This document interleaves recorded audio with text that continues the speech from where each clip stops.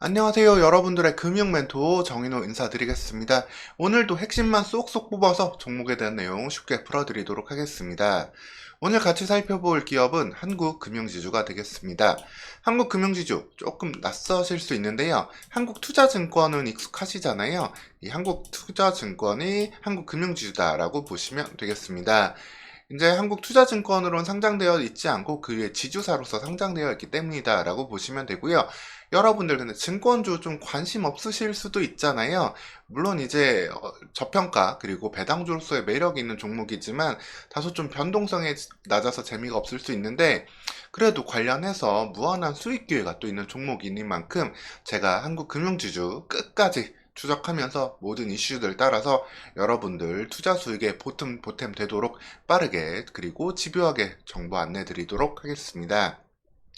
오늘은 한국금융지주 첫 소개해드린 영상인데요. 한국금융지주 기본부터 모든 그 투자 포인트까지 전부 짚어드리도록 하겠습니다.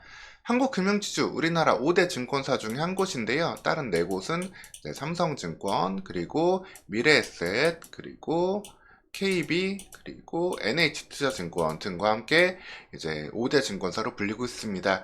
이 중에 이제 KB는 이제 은행이랑 같이 좀 주가가 나오기 때문에 여기에는 별도로 PER을 볼 수는 없지만, 삼성이나 미래, NH가 보통 8배에서 11배 정도로 퍼 밸류에이션을 받고 있는데 한국금융지주는 5배를 받고 있어요. 쉽게 말씀드려서 그냥 뭐 상대적으로 좀 주가를 저평가받고 있어요.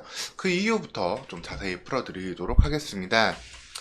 그 이유는 이제 한국금융지주라는 좀 이유 때문이라고도 볼 수 있겠습니다. 한국금융지주 내에서 한국금융투자가 갖고 있는 위치는 한 76% 정도, 자산 기준으로 봤을 때 76% 정도의 비중을 갖고 있는데, 즉 나머지 비중은 이제 세계 자산운용사, 그 다음에 저축은행, 캐피탈, 부동산 신탁 등이 나머지 24%의 비중을 갖고 있다라고 보시면 되겠습니다.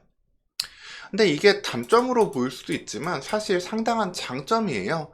어쨌든 이 운용사들, 그리고 경쟁력이 강력한 운용사들을 3개나 갖고 있다라는 것은 꾸준한 실적 안정성을 갖고 있기 때문에, 우리나라 증권사들은 어쨌든 대부분 수수료 기반에 의존하고 있거든요. 아직도 그거를 좀 보태줄 수 있는 운용사들이기 때문에 오히려 강점으로 좀 볼 수 있고, 다만 이 한국투자, 저축은행, 그리고 부동산 신탁 등이 좀 변동성이 좀 있다는 점, 이 부분 때문에 어느 정도 밸류에이션을 받을 수 있지만, 애초에 좀 차지하는 비중이 미미하기 때문에 한국금융지주가 좀 유난히 저평가를 받는 거는 일종의 좀 기회라고 볼 수 있겠습니다.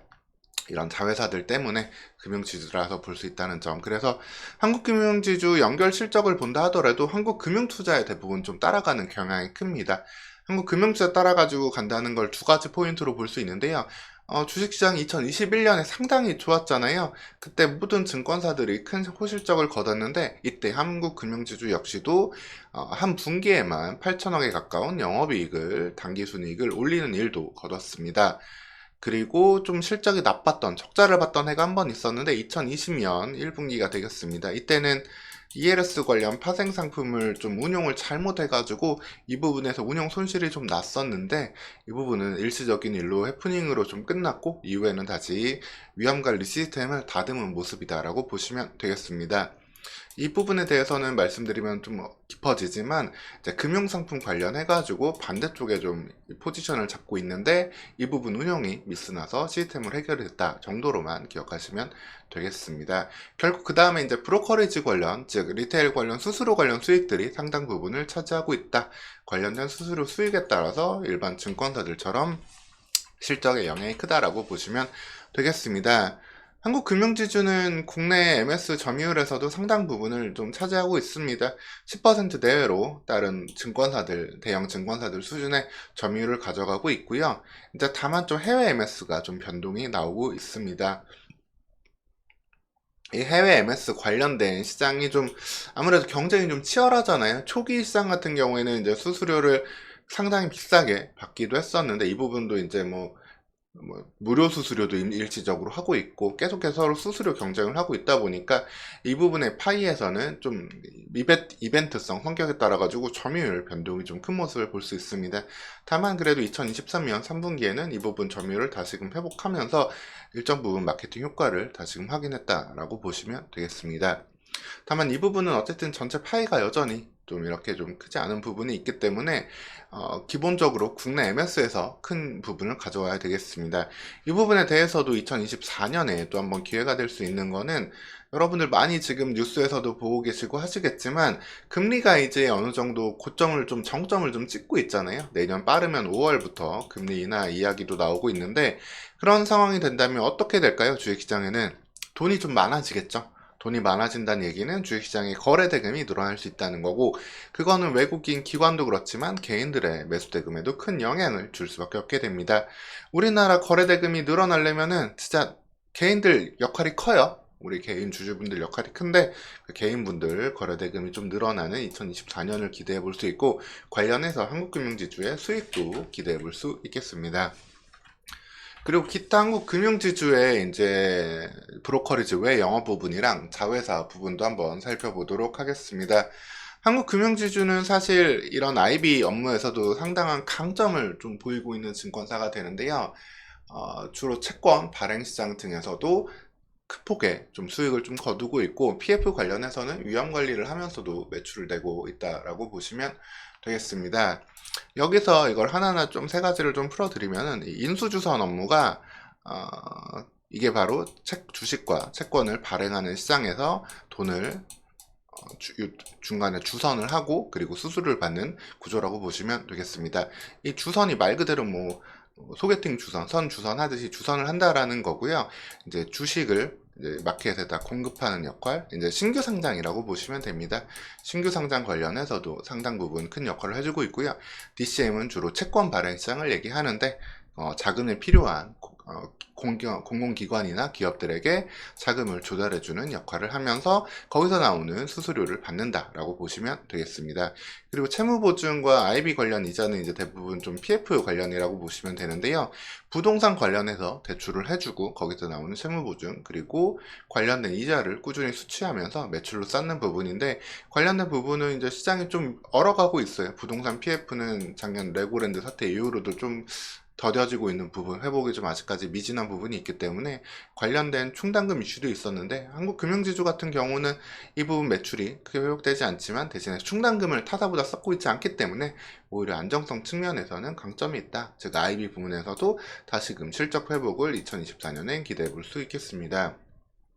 그리고 아까 말씀드렸다시피 강력한 운용사들을 갖고 있는 것은 큰 장점이다라고 말씀을 드렸는데요. 한투운용과 한국밸류 운용은 아주 꾸준한 실적을 보여주고 있습니다. 높은 수탁구를 유지하고 있다라고 볼 수 있는데요. 관련해서 한국밸류 운용은 한 번에 좀 실적 증가세도 보이면서 이 부분에서도 강점을 보이고 있고, 저축은행 같은 경우가 상대적으로 2023년 좀 힘든 부분이 있어요. 업계 1위 OK저축은행 같은 경우만 이제 좀 실적을 유지하고 있는 부분이고, 다른 저축은행들은 다 감소세를 보이고 있는데, 개인들의 신용 연체율 좀 증가세, 이 부분을 충당금으로 잡는 부분이 있는데, 이 부분은 정부 정책 등 이슈에 따라서도 또 저축은행 실적은 회복될 수 있는 여지가 있기 때문에 어느 정도 적자 보지 않는 선에서 계열사, 다른 자회사들의 손익도 회복을 기대해 볼 수 있겠습니다. 그래서 한국금융지주 이제 실적을 좀 보면은 역시 메인은 이 한국금융투자가 되겠습니다. 한국투자증권이 메인이 될 건데, 관련해서 리테일과 이자 수익 관련된 실적이 계속 꾸준하게 나오고 있고요. 아까 말씀드렸다시피 이 IB에서도 상당한 강점, ECM에서도 시장 리그 테이블이라고 하는데 관련된 시장에서 계속해서 1위 정도의 실력을 보이고 있을 정도로 상당한 수준의 매출을 보여주고 있습니다. 타사는 이게 리테일과 이자 수익 대비해서 IB 및 기타 수수료가 좀 반이 안 되는 수준으로 좀 떨어지는 경우가 많은데, 그게 동등한 수준의 수수료를 유지하고 있다는 거는, 그리고 2022년엔 더 많기도 했었죠. 이 부분은 한국금융지주가 리테일 기반의 수익을 보면서도 IB에서도 IB 시장 회복에 따라서도 또 성장할 수 있는 강력한 업계의 지배자 위치에 있다는 점 확인해 보시면 되겠습니다. 다만 이 운용 및 기타 관련해서는 계속해서 예측이 안 되는, 이거는 증권사들 말 그대로 운용에 따른 실적이기 때문에 이 부분은 계속해서 적자를 내지 않는 선에서 실적을 한번 기대해 봐야 되겠습니다. 한국금융지주에 대해서 결론을 말씀드리면은 그래서 업황 개선에 따른 수혜를 좀 기대해 볼 수 있는 대형 증권사가 되겠습니다. 상대적으로 2023년 11월 현재 낮은 PER 밸류에이션을 갖고 있기 때문에 이 부분도 강점으로 좀 볼 수 있고요. 그리고 CFD 파생거래나 부동산 PF 등에서도 일정 부분 충당금을 쌓기도 했었지만 타사 대비 충당금 규모도 작고 부동산 PF 관련해서는 이번에 충당금을 좀 다시 이렇게 환입시키기도 했어요. 다시 수익으로 좀 잡기도 했는데 그럴 정도로 위험 관리를 좀 잘하고 있다. 이 부분은 좀 추정을 해보면 2020년 1분기에 그 파생상품 운용 관련해서 좀 손해를 봤었잖아요. 이후로부터 좀 한국금융지주가 좀 보수적인 안정적인 시스템을 맞는 게 아닌가 이렇게 좀 볼 수 있고요. 그렇기 때문에 상당히 안정적인 실적 보여주고 있다라는 점 되겠습니다. 그리고 자회사들의 실적 변동성이 뭐 저축은행이라든가 이런 부분에서 좀 나오고 있지만 강력한 운용사들을 좀 두고 있다는 점에서도 충분히 강점으로 오히려 좀 밸류에이션을 다시 더 받을 수 있는 요소로도 체크해 볼 수 있겠습니다. 이렇게 한국금융지주에 대해서 처음으로 영상으로 안내해 드렸고요. 이후에도 지속적으로 나오는 이슈들 계속 제가 체크하면서 안내해 드릴 테니까 영상 잘 봐주시고요. 그리고 저희 데이업에는 이렇게 금융주 말고도 반도체와 2차전지 등 우리나라 주요 산업 그리고 모든 전 산업 전 상장 종목에 대해서 자세하고 빠르고 집요하게 분석해 드린 영상들 실시간으로 올라오고 있으니까 여러분들 꼭 활용하셔가지고 여러분들 투자 수익에 바탕이 되도록 삼으시길 바라겠습니다. 그럼 오늘도 영상 시청해 주셔서 감사합니다. 다음 영상에서 찾아뵙도록 하겠습니다.